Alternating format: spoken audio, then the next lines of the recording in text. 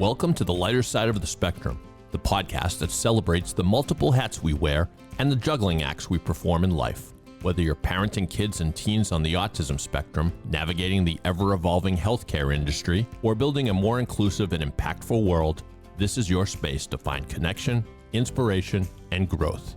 Together, we'll share stories, tackle challenges, and explore how innovation and inclusion create better outcomes for everyone. Because no matter the spectrum, there's always a lighter side. Now here's your host, David Kaufer. Hello again, everybody. Welcome to the lighter side of the spectrum. I'm David Kaufer, and today I am joined by my producer and co-host, David Yas. Dave, how are you, David? Hey, I'm great. I'm gonna. Since I push the buttons, if I'm the guest, I'm gonna applaud for myself a little bit. Applaud. Give yourself some applause. Yeah. Yeah. Absolutely. No, I'm really jacked for today's episode. This is something I've been chomping at the bit about. And that is, we're going to be talking about ASHA, which is the American Speech. I should get it right. American Speech Language Hearing Association, otherwise known as ASHA. And they, according to ASHA, you go to their website, their tagline is making effective communication a human right, accessible and achievable for all. That's what they say their tagline is.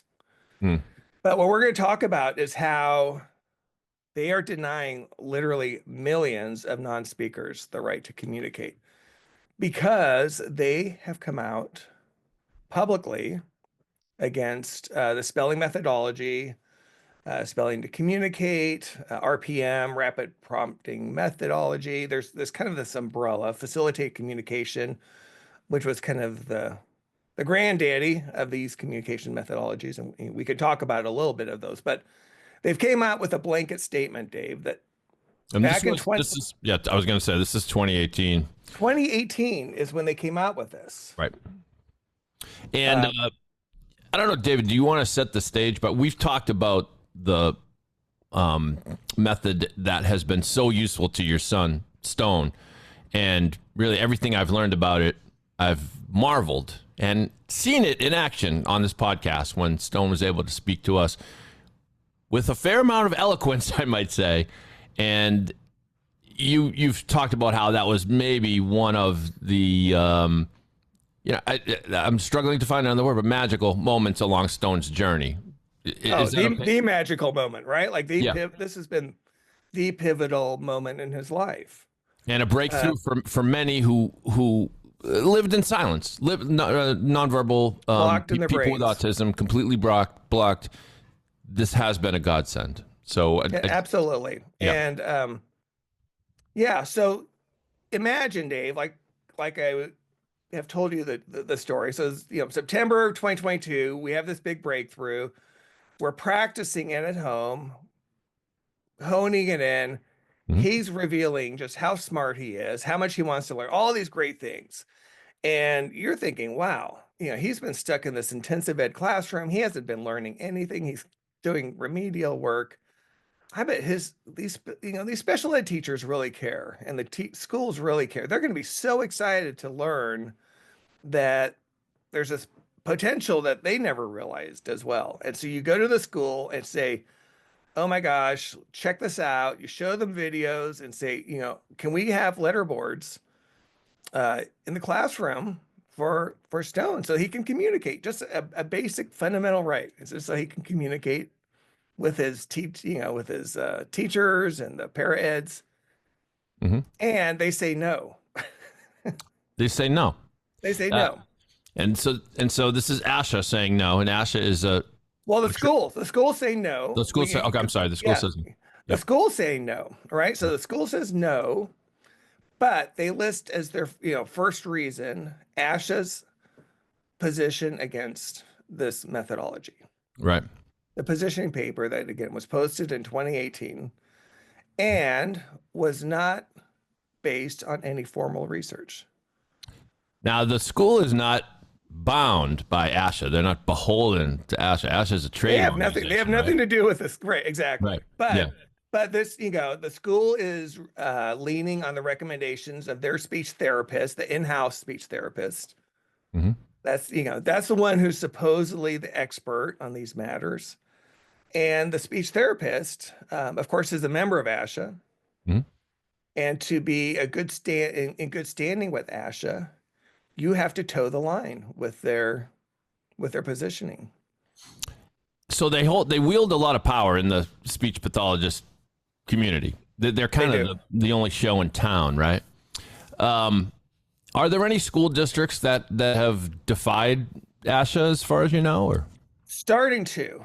Okay. We're starting to see some cracks in the system. There was a school district actually here in Washington, a rural district that is open to it, and we know of this because that's a great segue, because there are also speech SLP associations who are becoming a lot more brave about speaking out and wanting to implement this, or at least talk about it, look into it, because they're having clients and patients who are successful with it, like, because it's natural.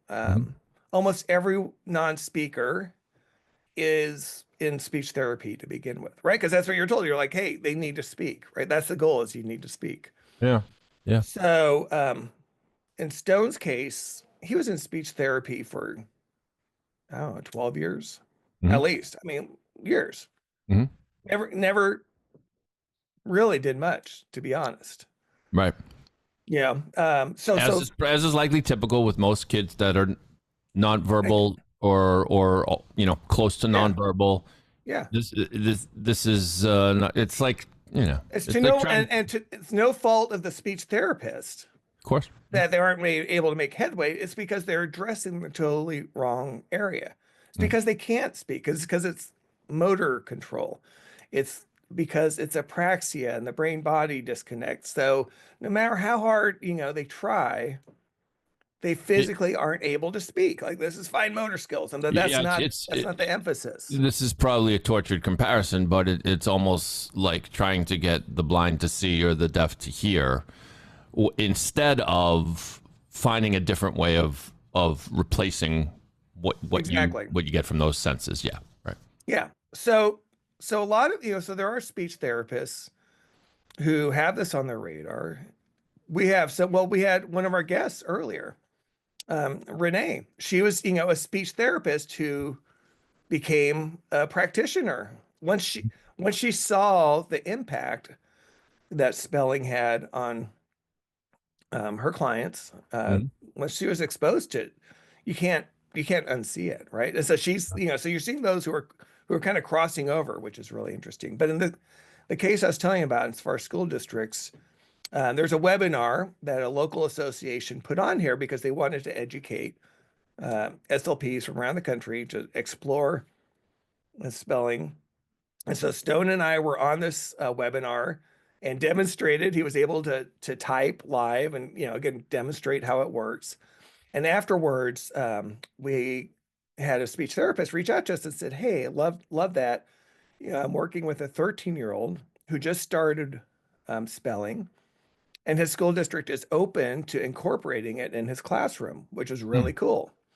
And she said, "Hey, would Stone be interested in being his mentor and being on his IEP team?"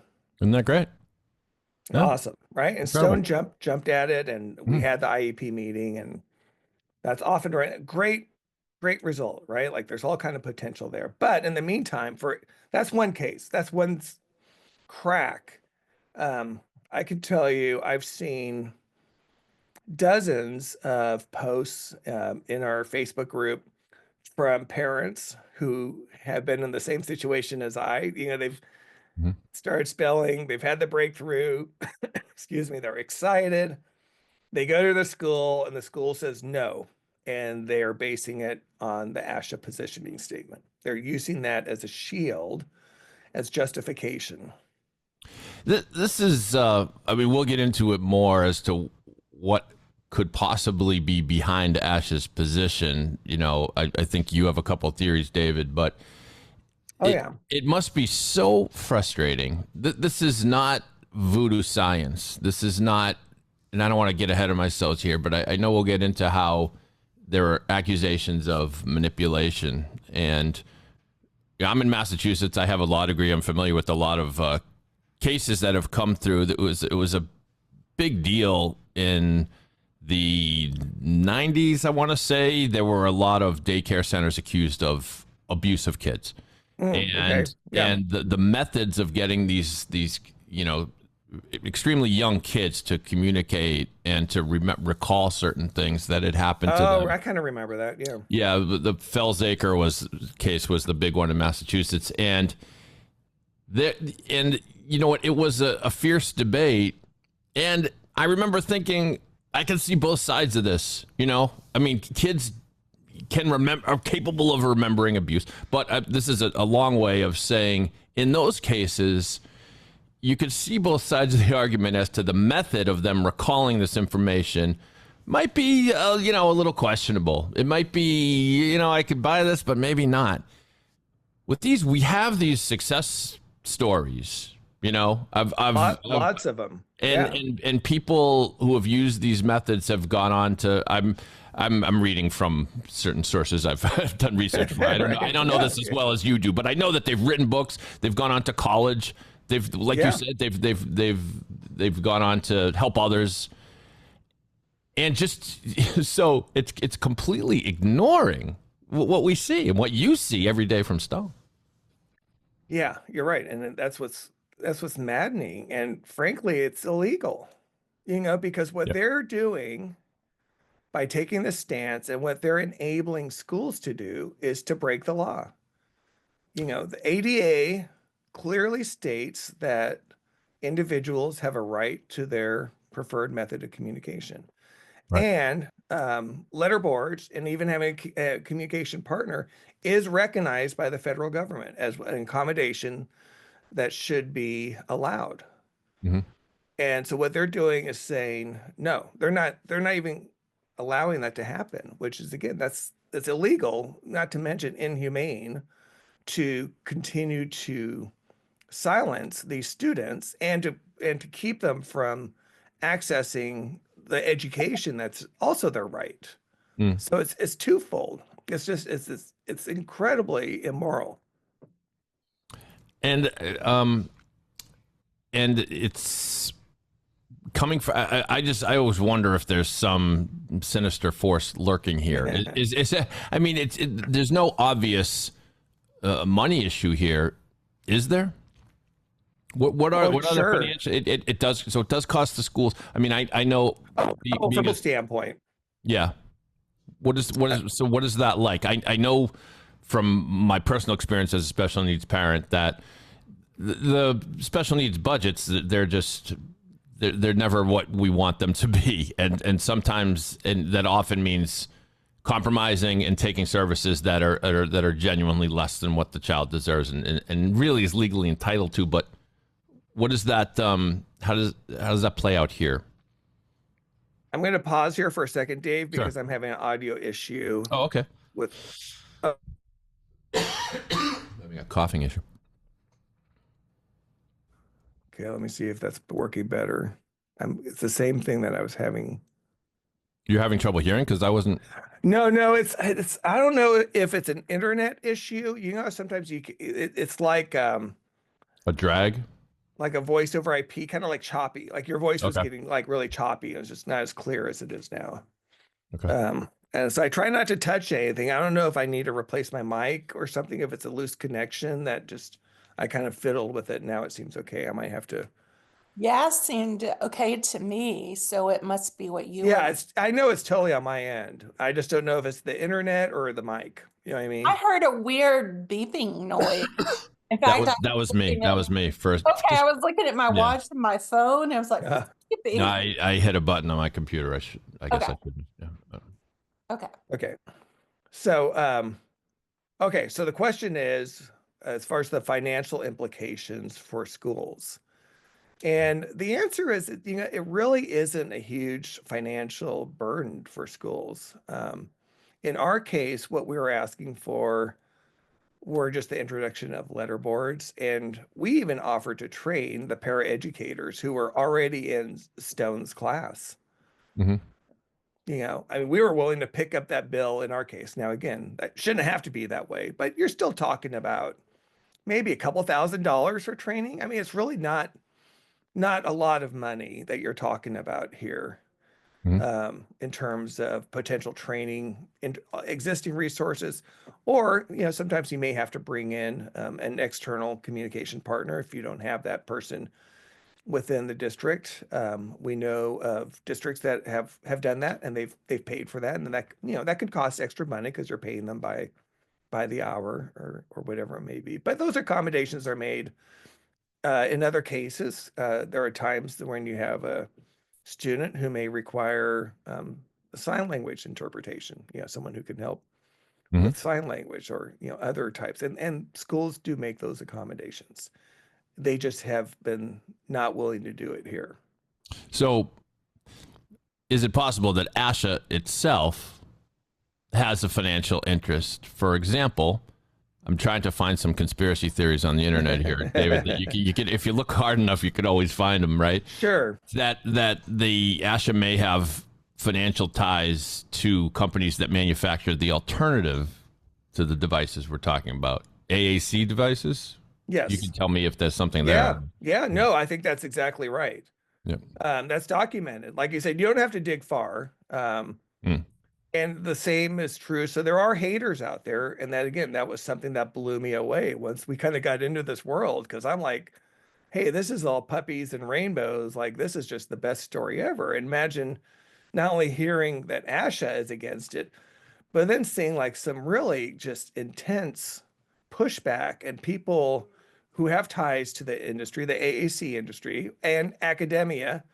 So what they're able to do is say, they link back to old studies that are really tied to facilitated communication, which is similar, and I emphasize similar to, but it's not at all the same as the spelling methodology, the methodology that Stone uses. And again, because in facilitated communication, there's generally support of the arm or the body in some way, because again, the need is so great for them to have to get that type of support for them to spell and communicate. There are thousands of facilitated communicators out there to this day. This started back in the 90s. There was some controversy around it. There's some who say that it's there is the potential for manipulation because there is the physical support, but it's one of those things, again, it probably depends on the partner. But all that being said, this isn't the same. I mean, here we started with a letter board. It's coaching the motor. They're pointing.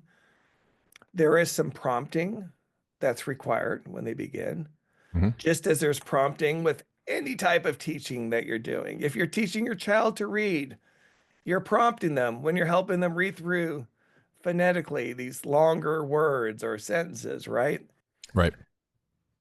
No one thinks that just because you're prompting your child to read that they're not capable of reading. That never comes up. Yeah.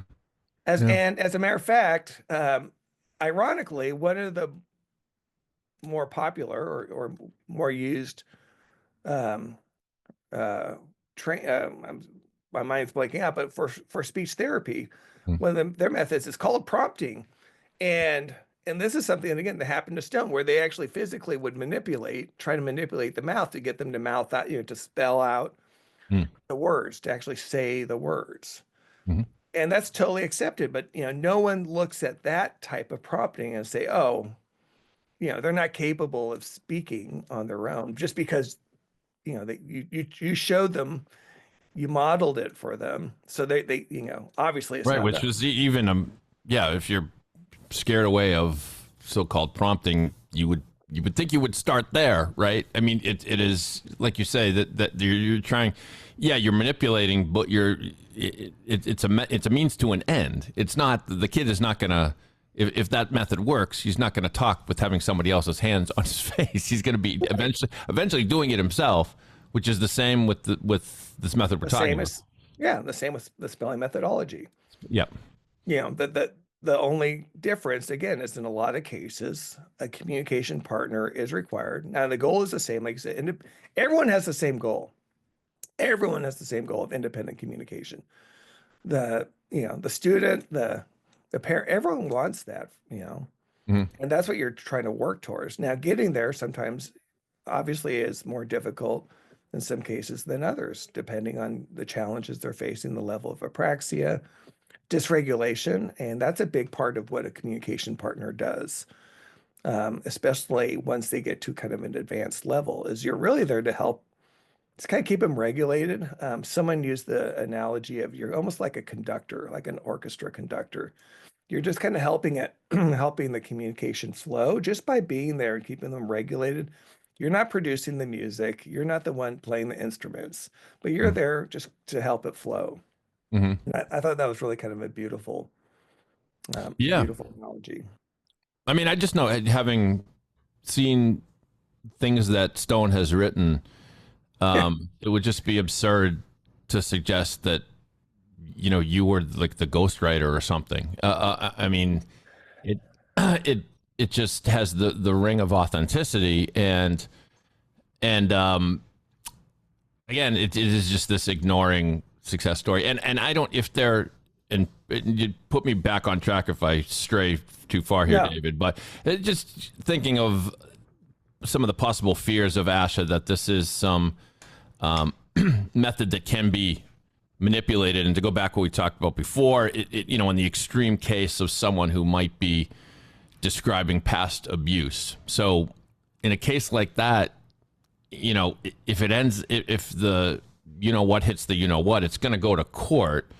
Right. Now in court, you as a dad and the many others that have found such wonderful results with the spelling methodology, you're using it for everyday use. It's not in these extreme situations, and that's right. It's why the courts have so many rules to protect against this. I mean, the court, the court doesn't allow evidence of lie detector tests. The court doesn't allow testimony taken under hypnosis. But you're trying to tell me people haven't had success with hypnosis to quit smoking or whatever? You had, they haven't had, lie detector tests are used all the time by law enforcement to gain information, and it's absurd to think, like it's just absurd for an organization like ASHA to step in and say, we can't support this. I mean, think of the possible wholeheartedly, like not even like proceed with caution. Yeah. Yeah. Right. Like, again, we could come up with, those are great examples, Dave. I mean, I kind of came up with some other examples just from a kind of a healthcare perspective of, things that we know have risks associated with them, but you don't stop doing them just because there are risks. Surgery. Yeah. Right? Elective surgery. Yeah. Elective surgery. Again, there's a whole list. Chemotherapy. Right. And there's all these things that use, like, there's going to be a risk associated, but the benefits in each of these cases, and like you said, with lie detector, we could come up with a slew of examples. The key is the benefits are so great that they outweigh whatever potential risks there are. And that's the biggest issue I have here. Like, again, how can you quantify? You can't. Unlocking someone's brain. I can't emphasize enough. Stone's life is completely different. Yeah. Completely. It's insulting to the parents because so there are alternatives to spelling methodology, different. It's like we always say, you meet one kid with autism, you've met one kid with autism. Right. Different methods are going to work with different kids. So it's like, if you think that this method there's no merit to it, then how about this? Don't use it. Pick something else for your kid. But to not listen to the parents, you can't. Ironically, you can't listen in these cases. You can't ask the kids because that's the whole thing. You can't, unless you're using this methodology that's going to unlock it. It's like this cruel joke that ASHA is playing on us. This vicious circle. Well, no, we can't. We can't ask the kids because we can't use that method. Excuse me. It's insulting to the parents, but it's insulting to the individuals Sure. because again, at the heart of this too is basically they are saying that this is a community because they're non-speaking, they're not competent. They're not Right. presuming competence, right? That's the heart of it. And that was again going back to our example, that was really a big part of it. I mean, I'll never forget sitting in the reconvene IEP meeting, which was like the biggest IEP meeting in history, right? Because I had raised this up or whatever. And you could just see, there's gonna be a movie someday, Dave. Hmm. Stowe's story is gonna be a movie, I swear. And there's gonna be a scene, where I'm sitting I'm there. not a bad screenwriter myself, David. I've Oh, all written a right, couple all right. episodes. Oh, So, great. All right, we're so another collab. let's talk. Yeah. Um, all right, so here's the scene, Dave. Yeah. Open. Ex- Excited father in IEP meeting with right. skeptical administrators, teachers. And by this time, Stone had become open and fluent in terms of talking. And I'd asked him for me, the famous question, what is your goal? What's your dream? And he says, I want to go to Harvard. My dream is to go to Harvard. I love learning. Right.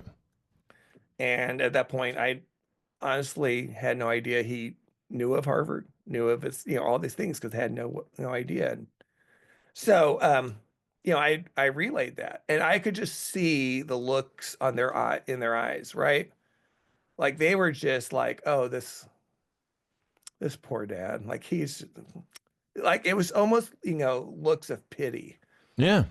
Yeah. right? Like they're just like, oh, that's never gonna happen. That You could never can't do happen. that. Mm, right. I mean, they were like, again, because they didn't even think he could do anything, frankly, academically, because of his disability. So that's really the tragedy is just the lack of presumed competence that this perpetuates Which, yeah. by taking the stand. And there's a bitter irony, and you and I have probably both seen it, that there are so many dedicated professionals that work in special needs.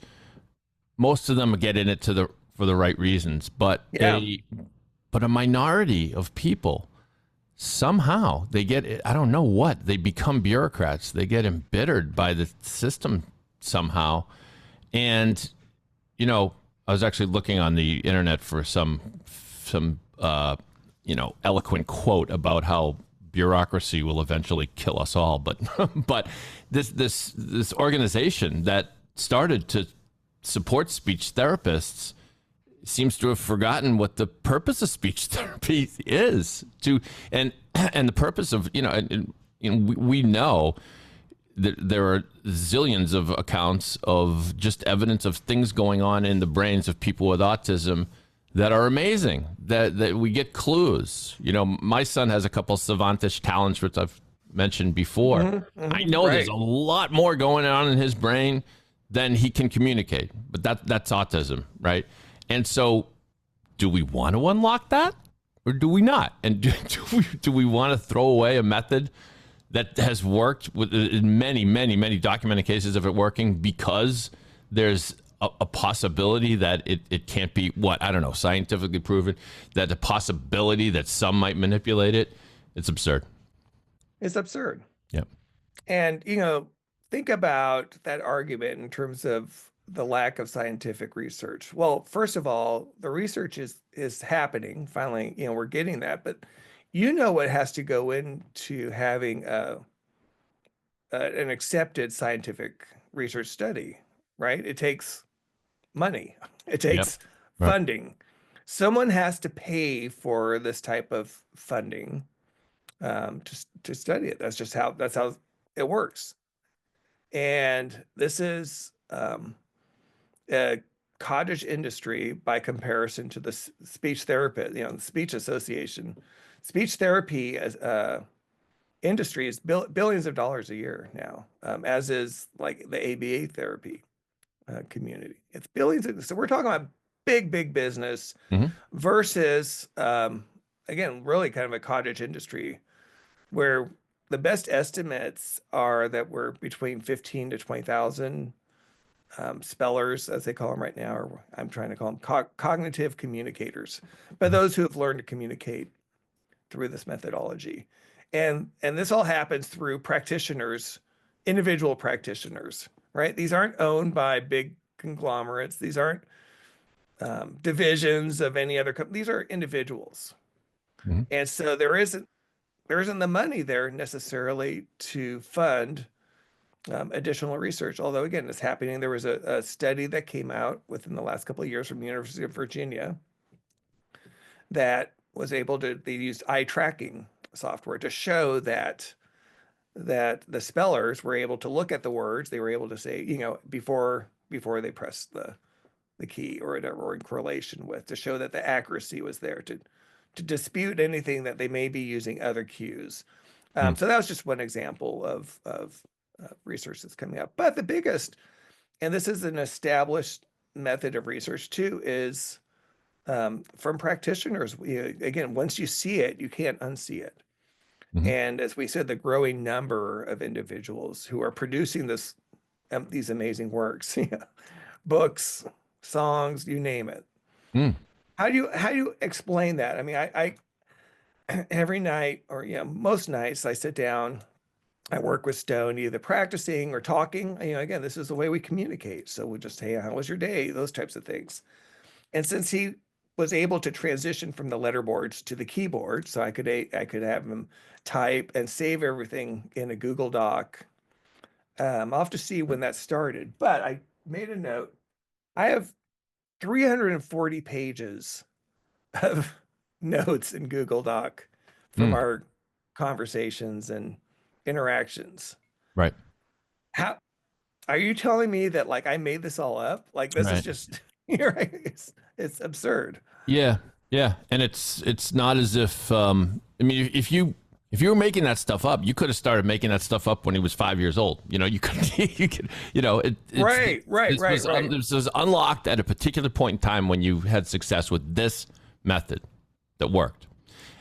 So to your point, like you're asking about kind of like, what's the reason why? Is it financial? And, you've been involved in big business before. So, I mean, how often you've seen this story before in different industries, right? Where there's pushback when there's a new method or technology Mhm. that kind of threatens an established industry. I mean, that's not a conspiracy.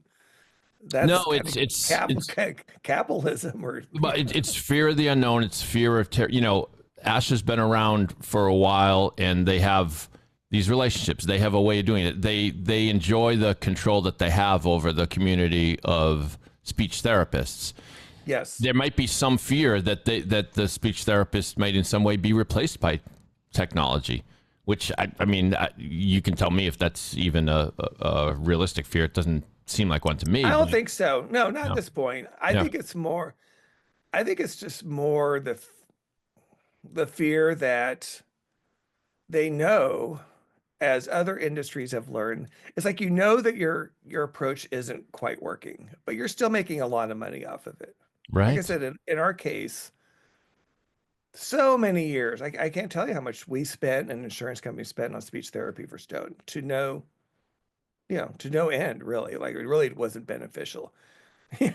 Took literally one visit, my first visit with a S2C practitioner, to unlock his brain and to start seeing results. I mean, that's just crazy, right? Yeah. But think about the tidal wave as word gets out, which is happening, and I think this is the fear, is that you're going to see, because we're talking about, I've done some basic research, and you're talking about there's approximately 1.7 million non-speaking individuals in the U.S. Huge number, right? And who knows what percent of those are going through speech therapy or whatever. And like I said before, maybe 20,000 using S2C or RPM or whatever. It's still a really small percentage, but the word's getting out. And as soon as parents hear, especially from other parents, and they see it, that you start seeing results literally, within your first visits, and it's a game changer. And so that does have the potential to impact the industry at a certain point. Right. But again, it's still, who cares? Yeah. Who cares? Be Your part goal of is supposed be part of the new industry. You know, Be part of the solution. the I'm going to go back solution. to, like I Yeah. said, the tagline is making effective communication a human right, accessible and achievable for all. Yep. Why not be part of the solution instead of being the gatekeeper and the roadblock to this effective communication by all accounts? So, Well, I found something that might be fitting. You know, talk about ASHA and just the fact that they are behaving like this monolith, this bureaucracy that won't change its ways. Well, we need look no further than Austrian economist Ludwig von Mises, who in 1944 wrote the following: bureaucracy destroys initiative. There is little that bureaucrats hate more than innovation, especially innovation that produces better results than the old routines. Improvements always make those at the top of the heap look inept. Who enjoys appearing inept? And maybe that's some of this. Maybe that's perfect. Yeah, and maybe that's some of the spirit behind what the thinkers there. Now, can we get someone from ASHA on the show, David?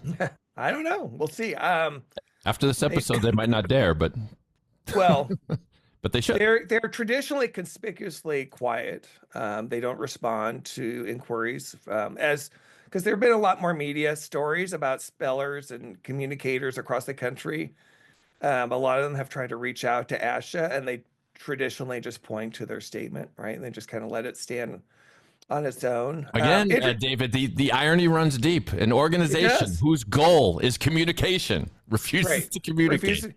Now, here's the other thing I just want to point out too before we wrap up is that there's frustration again within this SLP world, and one great resource in terms of if you want to learn, for those who want to learn about kind of the deep systemic issues within ASHA, even from an SLP standpoint, there's an organization called Fix SLP, and it's a podcast, and it's hosted by Jeanette Benegas. I've listened to a lot of them, and they really dive into let's look at the financials of this organization.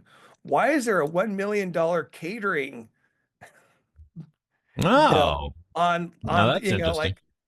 they're like, how the hell can they have $1 million, as part of their budget for this? So anyway, they do a great job, and they've covered, and they're starting to tap into some of these types of issues too.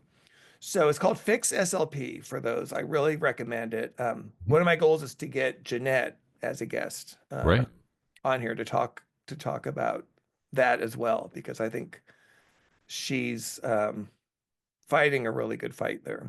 Mm-hmm. Terrific.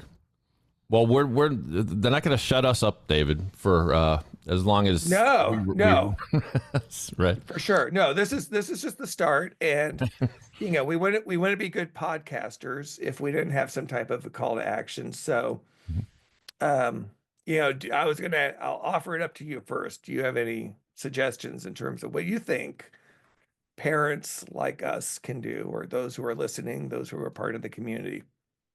Well, I'm no lobbyist, but I would be curious to know if there would be some way to hire like a research company or someone to come up. I mean, if not a scientific, if you can't scientifically prove this method, how can you most compellingly demonstrate the success of it? Maybe it's been done, but then to have that become codified in some fashion, I don't know. The other obvious one is just to let ASHA know how we feel.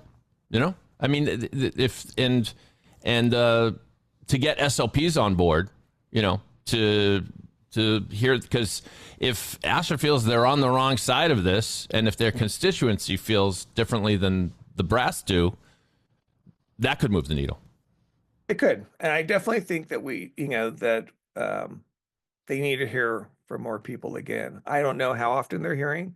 I know there was a push again when this first came out, and there's another great resource I'm going to point people to, and we'll have in our show notes. It hasn't been updated, but they have a really good section. It's a website called United for Communication Choice. Mm-hmm. So it's United for communicationchoice.org. And they basically address a lot of these ASHA claims as they came out. Back in 2018, it was a coalition of individuals and professionals who really kind of point out a lot of the flaws in the position, what's wrong about those types of things.